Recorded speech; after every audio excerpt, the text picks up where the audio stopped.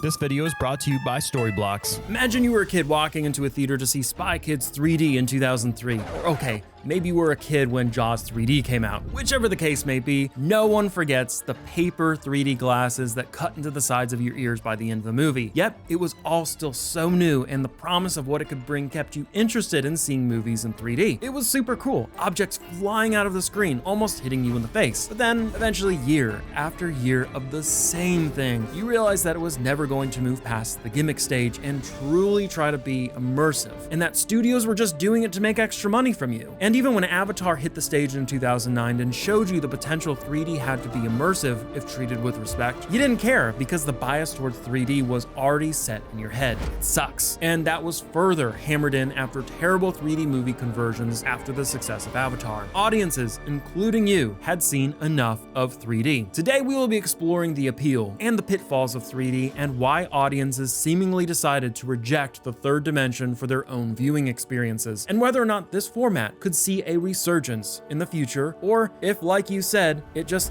sucks in general. So let's talk about it.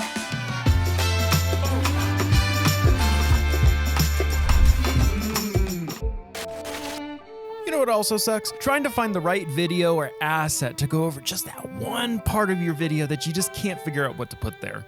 That's why today's sponsor, Storyblocks, is here to help us when we just can't find that right piece of content to fit into our video. And when moments of inspiration hit when you're editing a video, the last thing you want to do is take forever searching for the right piece of non-copyrighted free content, right? With more than 1 million royalty-free assets from sound effects, music, videos, and more to choose from, Storyblocks makes it easy to hit those fast-paced production schedules that just seem to be getting faster and faster. They even have a plugin for Adobe Premiere that allows you to search their assets from the comfort of Premiere Pro and have it download directly to your project. It's awesome. So check out right now how Storyblocks can make your life easier as a creative today by clicking the link below in the description. As you may already know, photography, cinematography, and in general, the ideas of capturing reality go way back, even before the times of capturing images on film. So even before the first camera was built, efforts to capture reality were made with detailed paintings and sculpture work, and some of it could even be traced back to Da Vinci. But in modern times, we can sometimes become short-sighted in regards to technological advancements, to the point where technologies we may believe to be modern actually turn out to be way older than we would have expected. So to understand the present and the future, one must also understand the past. So let's talk history. So 3D is something that is organic in cinema. The first 3D film was shot in 1896, 2 years after the invention of cinema by Lumiere, you know?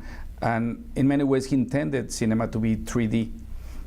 It's just that it was not commercially feasible for him. The idea of creating stereoscopic images, which stereoscopic is a technique used to enable a three-dimensional effect, adding an illusion of depth to a flat image. And it's nearing 200 years old. Some of the earliest experiments included the stereographs, almost identical images with slightly offset perspectives shown side by side and viewed through special lensless head mounts, like for instance the stereoscopes, which force the two images to be looked upon by the left and the right eye, individually allowing the two images to converge, enabling the viewer to experience a three-dimensional scene, almost like looking onto a lifelike diorama. Many variations of the stereoscope have been invented over the 19th century, with mirrors, without mirrors, the lenses, or without. No matter the variation, the main idea, having two images be directed to the left and right eye individually, stood the same. But this is only one of the two building blocks invented for 3D movies to become possible in the pre-film 19th century. We also have stroboscopic animation, which was depicting movement through rotating discs known as stroboscopes or phantascopes or phenakistoscopes, which was invented by Belgian physicist Joseph Plateau in 1832. The stereoscope was made public a bit later in 1838 and was invented by English scientist named Charles Wheatstone. With film becoming more and more popular at the end of the 19th century, it was only a matter of time when the first 3D movies would be shown in theaters. And what is believed to be the first 3D feature is the drama, The Power of Love. The movie employed a stereoscopic anaglyph method, which the director and inventor Harry Farrell tried to popularize in the 1920s. Yet the method didn't catch on. There also has been a 2D release of the film dubbed Forbidden Lover, but sadly, this first 3D film shown and its 2D version are presumed to be lost forever. To add insult to injury, the 3D version of the movie wasn't even that popular. It was only screened a handful of times, one of those times being a screening for investors who weren't exactly clawing at the Anaglyph 3D process Harry developed. Maybe he was a little bit ahead of his time, but why was that?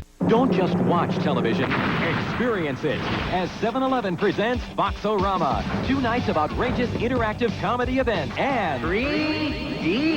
Kits will be available Friday at participating Subways. Anaglyph 3D is the most iconic method of reproducing three-dimensional images, typically featuring the beloved and hated red and cyan glasses and overlapped images projected on a big screen, which have both been pulled through red and cyan filters. I think you know what we're talking about. The Anaglyph method was patented in 1891 by French scientist Louis Ducos du Haran, which I probably said wrong. At the time, he sadly didn't get much income from his inventions, but he later was given a pension by the government and was invited into the ranks of the French Legion of Honor. So how does this method work? Remember that for stereoscopic images, we absolutely need to guide the separate images to the correct eyes. This is where the colored lenses come into play. The glasses enable us to process the color encoded images as one, but while effective for 3D, color rendition of course took a considerable hit as the overlapped red and cyan images naturally degraded the colors a lot. Even though in the black and white film era there wasn't as much color to look at. Much later on, the ColorCode Anaglyph system was developed, which improved color rendition drastically, but luckily for us living in the age of color, another 3D method was invented that same year, which still gets used today. This other method to view 3D images has been invented by a certain John Anderton, and for his 3D method, parts of an image are redirected by light paths into the correct eyes. Polarization. Unlike Anaglyph 3D, polarization wouldn't result in degraded colors, but it does have luminance problems, which is why more reflective silver screens were employed to make the projections brighter. For polarization to work, crystals in the glasses would direct left and right images to the left and right eyes respectively by blocking the filtered lights from the opposite encoded projections that are being projected through polarizing filters onto the silver screen, which is why so many 3D movies look blurry and distorted when you take your glasses off. It also is a relatively low-tech solution to achieve stereoscopy, which works remarkably well, which might be why it's still the go-to method to achieve depth in movies for a majority of cinemas today. Among those methods is the active 3D method, with many names. One being alternate image, for which battery-powered glasses sporting liquid crystals that turn opaque when receiving an electrical charge are synced up to a high refresh rate screen. The lenses are obscured in tandem with appropriate images being shown on the screen. This system has some benefits. For one, you have no perceived loss of resolution. Normally, for polarized passive 3D glasses, the resolution of a movie may be reduced some, while with the active shutter glasses, this generally is not the case. But there are a lot of issues, including a loss of brightness, potential flicker to be introduced to the image, and extremely high costs for the glasses and the displays needed to use them. I don't think we need to delve too deeply into the 3D TV era on this video to understand why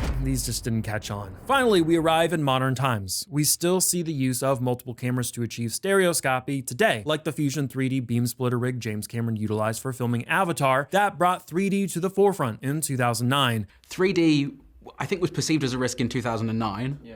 And it's sort of come back around to being perceived as a risk again now, because it's sort of fallen out of favor, I think. Well, is that really true, though? I mean, if you think about the way it worked back then, it was a novelty. And now it's found its level as a consumer choice. So at the time, we had 6,000 screens worldwide that were 3D screens, digital. Now we have 120,000. Now most big blockbuster movies are made in 3D, so people have a choice. If they like it, they can see it in 3D. If they don't like it, they can see it in 2D. And many expected a boom in the 3D movie industry, but in the digital age of our 3D craze, it didn't go over that smoothly. While stereoscopic 3D still has its lovers today, especially in the realms of virtual reality, which is all about experiencing virtual worlds in 3D, somehow the cinema industry dropped the ball hard on the third dimension in video. So what went wrong? While many cinematographers like James Cameron or the excellent Dread's 3D Pete Travis have no problem doing 3D right, many other 3D films from the 2010s caused the downfall in popularity for technology in film, with many films having been shot in 2D and then converted into 3D badly. 3D is a tool. So the problem is when you cannot impose a tool. Right. You know, is a tool like any other thing in cinema. There's a handful of films that have used the tool properly.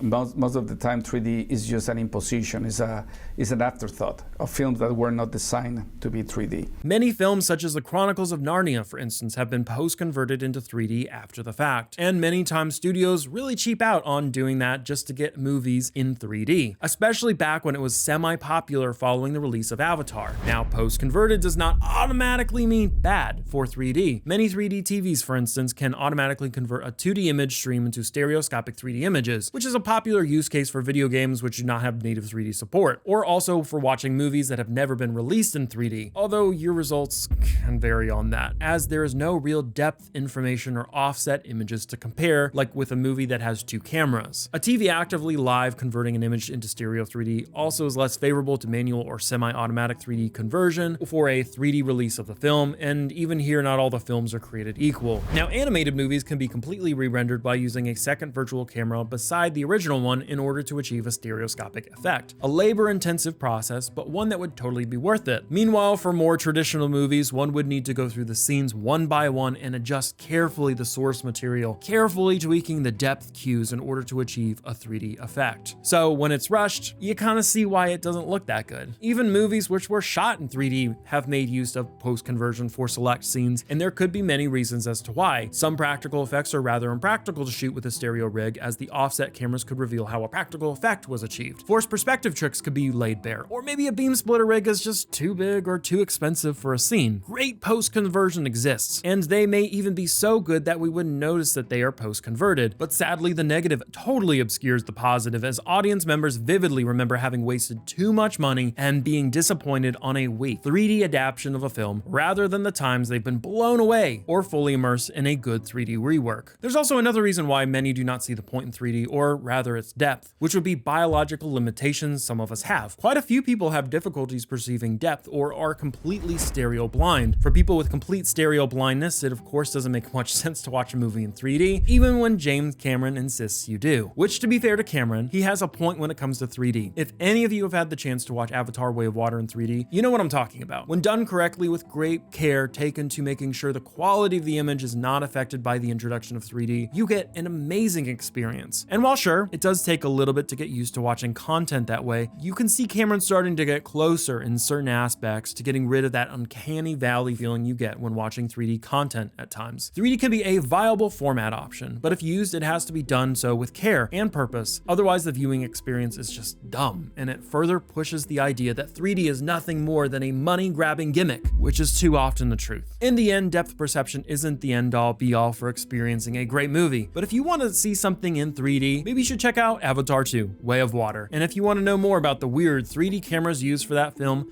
click here.